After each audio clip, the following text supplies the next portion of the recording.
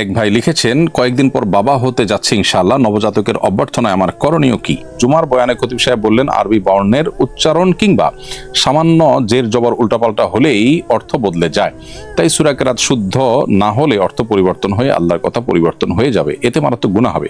অনেক চেষ্টার পরও আমি হা বর্ণটি উচ্চারণ করতে পারি না, এই বর্ণের কারণে আল্লাহর কথা বদলে গেলে আল্লাহ কি আমাকে মাফ করবেন? দিনের বেলায় আম্মু নিয়মিত ফ্লোরের জায়নামাজ বিছিয়ে ঘুমান, আবার এই জায়নামাজে তিনি নামাজ আদায় করেন। প্রশ্ন হলো, নামাজের জায়নামাজে ঘুমালে কি কোনো সমস্যা আছে? আমি একজন ভিক্ষুককে নিয়মিত জাকাত দিতাম, আজকে শুনতে পেলাম সেই জাকাতের টাকা তুলে আরেক গ্রামের মানুষকে সুদে ঋণ দেয়, তাকে জাকাত দেয় কি আমার জাকাত আদায় হয়েছে? আমি অবশ্য না জেনে তাকে জাকাত দিয়েছি। একবার আমি এভাবে শপথ করেছিলাম, আমি আমার রোজার কসম করে বলেছি অমুক কাজটি করব না, এখন আমি সে কাজটি করতে চাচ্ছি, এ ধরনের শপথ করার বিধান কি? এর কাফারা কিভাবে আদায় করব? আমি বিবাহ উপযুক্ত মেয়ে, গত 2 মাসে অন্তত 10 জন পাত্র আমাকে দেখেছে, এখনো বিয়ে হয়নি, তবে দেখতে এসে প্রায় সব পাত্রই কম বেশি আমাকে টাকা দিয়েছে। প্রশ্ন হলো, পাত্রের দেয়া অর্থ আমার জন্য নেওয়া জায়েজ হবে কিনা?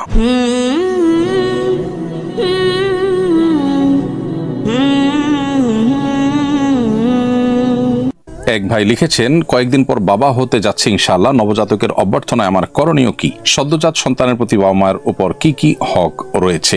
প্রিয় দর্শক, আপনার প্রশ্নের উত্তর হলো, নবজাতকের প্রতি আপনার কর্তব্যের অংশ হিসেবে নবজাতকের জন্মের পর তার উদ্দেশ্যে একটু দোয়া নিবেদন করবেন। নবী করিম সাল্লাল্লাহু আলাইহি ওয়াসাল্লাম হাসান এবং হুসাইন রাদিয়াল্লাহু তাআলা আনহুমার জন্মের পর দোয়া করেছিলেন, ওয়াইদুকুমা বিকালিমাতিল্লাহি তাম্মাহ ওয়া মিন শাররি কুল্লি শাইতানিন হাম্মা ওয়া মিন কুল্লি আইনিন লাম্মা। অর্থাৎ তারা দুজনেই যমজ ভাই ছিলেন, নবীজি তাদের জন্য দোয়া করেছেন এবং বলেছেন যে তোমাদের উভয়কে আল্লাহর কাছে আশ্রয় প্রার্থনা করি তোমাদের জন্য শয়তান থেকে এবং মানুষের বদনজর থেকে। তো এভাবে আপনার সন্তানের জন্য আপনি দোয়া করবেন, শয়তান থেকে আল্লাহ যেন তাকে নিরাপদে রাখেন, পানাহ দেন, কারণ এই পৃথিবীতে তাকে জাহান্নামে নেওয়ার জন্য শয়তানের বহু আয়োজন আছে, সেখান থেকে সে যেন হেফাজতে থাকে, যেন জন্মের পরপরই আল্লাহর কাছে দোয়া নিবেদন করে রাখতে হয়।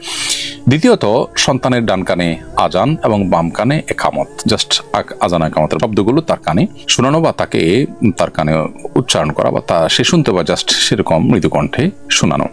তৃতীয়ত, তাহনিক করা, অর্থাৎ কোন নেককার মুত্তাকি পরহেজগার মানুষকে দিয়ে সেরকম কাউকে না পাওয়া গেলে নিজেরা করতে পারেন, একটু খেজুর মুখে চিবিয়ে এর যে ভেজা অংশ সেটা বাচ্চার মুখে লাগাই দেওয়া, সেজন্য একটু চুষতে পারে, অথবা একটু মধু মুখে লাগিয়ে তার মুখে দেওয়া বিসমিল্লাহ বলে, এটাকে তাহনিক বলা হয়। নেককার মুত্তাকি পরহেজগার মানুষকে দিয়ে এটা করানো যেতে পারে। এছাড়া 7ম দিনে বাচ্চার মাথার চুল চেসে সেটার ওজন পরিমাণ স্বর্ণ অথবা ওজন পরিমাণ রূপা, যার যার সামর্থ্য অনুযায়ী, অথবা স্বর্ণ বা রূপার মূল্য গরিব বা দুঃখীদেরকে দান করে দিতে হবে। এটি মুস্তাহাব একটি কাজ, না করতে পারলে বড় কোনো অসুবিধা নেই, তবে করা সুন্নাত, মুস্তাহাব।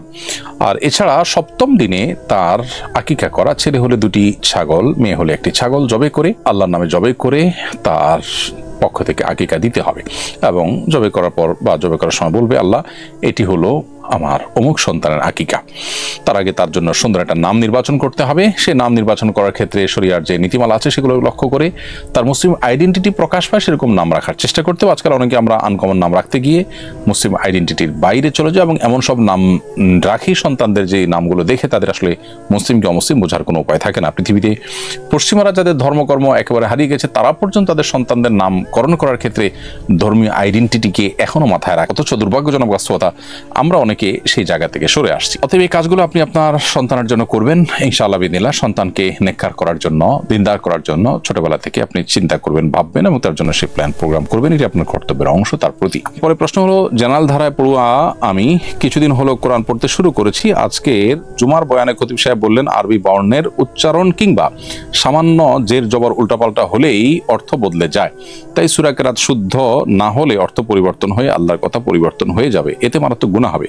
অনেক চেষ্টা পরও আমি হা বর্ণটি উচ্চারণ করতে পারি না, এই বর্ণের কারণে আল্লাহর কথা বদলে গেলে আল্লাহ কি আমাকে মাফ করবেন? প্রিয় দর্শক, আপনার ইমাম সাহেব আপনাকে হয়তো সতর্ক করেছেন, কিন্তু ইমাম সাহেব এবং ওলামায়ে কেরাম কারি সাহেবদের উচিত মানুষকে সতর্ক করতে গিয়ে মানুষকে যেন কোরআন থেকে দূরে সরিয়ে না দেন বা খুব বেশি মানুষকে যেন ভীত সন্ত্রস্ত করে না দেন, এই দিকটি তাদের খেয়াল রাখতে হবে। এটা ঠিক যে কোরআনে কারীম অশুদ্ধ করে পড়লে অনেক সময় অর্থ বিকৃতির আশঙ্কা থাকে, কিন্তু সে সাথে এও সত্য যে কেউ যদি সঠিকটা শুদ্ধটা উচ্চারণ করবার চেষ্টাটা করেন এরপর তিনি না পারেন তাহলে তার কোনো গুনাহ হবে না, কারণ লা ইউকাল্লিফুল্লাহু নাফসান ইল্লা উসআহা, আল্লাহ সাধ্যের বাইরে কাউকে কোনো কিছু চাপিয়ে দেন না। বরং নবী সাল্লাল্লাহু আলাইহি ওয়াসাল্লাম হাদিস রয়েছে, কেউ যদি বেঁধে বেঁধে কোরআন তেলাওয়াত পড়েন, যেটা পড়তে খুব স্পিডে, খুবই স্মুথনেসের সাথে তিনি তেলাওয়াত করতে পারেন না, তাহলে সেক্ষেত্রে এই যে একটু আটকে আটকে গিয়ে বা একটু বেঁধে বেঁধে গিয়ে তেলাওয়াত করছেন, এর ফলে আল্লাহ তাআলা তাকে ডাবল সওয়াব দান করবেন। বিধায় আপনি শুদ্ধ করার চেষ্টাটা করবেন, এরপরে যদি না পারেন ইনশাআল্লাহ আপনার গুনাহ হবে না। দিনের বেলায় আম্মু নিয়মিত ফ্লোরের জায়নামাজ বিছিয়ে ঘুমান,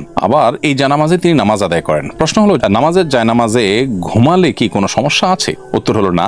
মুসাল্লা বা জায়নামাজে যে জায়গায় তিনি নামাজ পড়ছেন, যে কাপড় বা যে জানামাজের উপর তিনি নামাজ পড়ছেন, সেটার উপর ঘুমালে কোনো অসুবিধা নেই। এরপর প্রশ্ন হলো, আমি একজন ভিক্ষুককে নিয়মিত জাকাত দিতাম, আজকে শুনতে পেলাম সেই জাকাতের টাকা তুলে আরেক গ্রামের মানুষকে সুদে ঋণ দেয়, তাকে জাকাত দেয় কি আমার জাকাত আদায় হয়েছে? আমি অবশ্য না জেনে তাকে জাকাত দিয়েছি। উত্তর হলো, দর্শক, আপনি যেহেতু না জেনে দিয়েছেন, তাকে সেই দরিদ্র হিসেবে আপনার কাছে নিজেকে উপস্থাপন করেছে, সো আপনার জাকাত আদায় হয়ে গেছে। তবে পরবর্তীর জন্য আপনাকে সতর্ক থাকতে হবে। সেই সাথে সে যে সুদে ঋণ দেয় আপনার থেকে বা অন্যদের থেকে জাকাতের টাকা নিয়ে, সেটা তার অপরাধ, তার জন্য আপনি আল্লাহর কাছে গুনাহগার হবেন না, তবে ভবিষ্যতের জন্য আপনাকে সতর্ক থাকতে হবে। এরপর প্রশ্ন হলো, একবার আমি এভাবে শপথ করেছিলাম, আমি আমার রোজার কসম করে বলেছি অমুক কাজটি করব না, এখন আমি সে কাজটি করতে চাচ্ছি, এ ধরনের শপথ করার বিধান কি? এর কাফারা কিভাবে আদায় করব? প্রিয় দর্শক, রোজার কসম বা নামাজের কসম, এভাবে কসম করলে আসলে কসম হয় না। অতএব কসম যেহেতু হয় না, অতএব এটার কাফারারও প্রশ্ন নাই, এটা রক্ষা করা আবশ্যক নয়। শপথ করতে হবে আল্লাহর নামে। নবী সাল্লাল্লাহু আলাইহি ওয়াসাল্লাম বলেছেন, মান আরাদা আন ইয়াহলিফা ফালিয়াহলিফ বিল্লাহি ওয়া লিয়াসমুত, কেউ শপথ করতে হলে সে আল্লাহর নামে শপথ করবে, আর না হলে সে চুপ থাকবে। অতএব আল্লাহর নামে শপথ করতে হবে, কোন রোজা বা কোন ইবাদতের নামে শপথ করলে সেই শপথ হিসাবে গণ্য হবে না। এরপরে প্রশ্ন হলো, আমি বিবাহ উপযুক্ত মেয়ে, গত 2 মাসে অন্তত 10 জন পাত্র আমাকে দেখেছে, এখনো বিয়ে হয়নি, তবে দেখতে এসে প্রায় সব পাত্রই কম বেশি আমাকে টাকা দিয়েছে। প্রশ্ন হলো, পাত্রের দেয়া অর্থ আমার জন্য নেওয়া জায়েজ হবে কিনা? উত্তর হলো হ্যাঁ, এটা জায়েজ হবে। আমাদের সমাজে পাত্রী দেখতে গেলে পাত্রীকে হাদিয়া দেওয়া, উপহার দেওয়ার যে কালচার আছে, এটা আমাদের সামাজিক একটি কালচার। কোন হাদিসের কোথাও এই মর্মে কোনো নিষেধাজ্ঞা নেই বা কোন হাদিসের কোনো কিছুর সাথে এর কোনো সংঘর্ষ নেই। এই টাকা দেয়া জায়েজ আছে এবং সেটি নেওয়াতেও কোনো অসুবিধা নেই। কেউ যদি সন্তুষ্ট চিত্তে কাউকে উপহার দেয়, সেটি গ্রহণ করতে যেমন অসুবিধা নেই, তেমনি ভাবে আপনাকে দেখতে এসে যে সমস্ত পাত্র টাকা দিয়েছে, সেটি গ্রহণ করতে আপনার জন্য কোনো অসুবিধা নেই।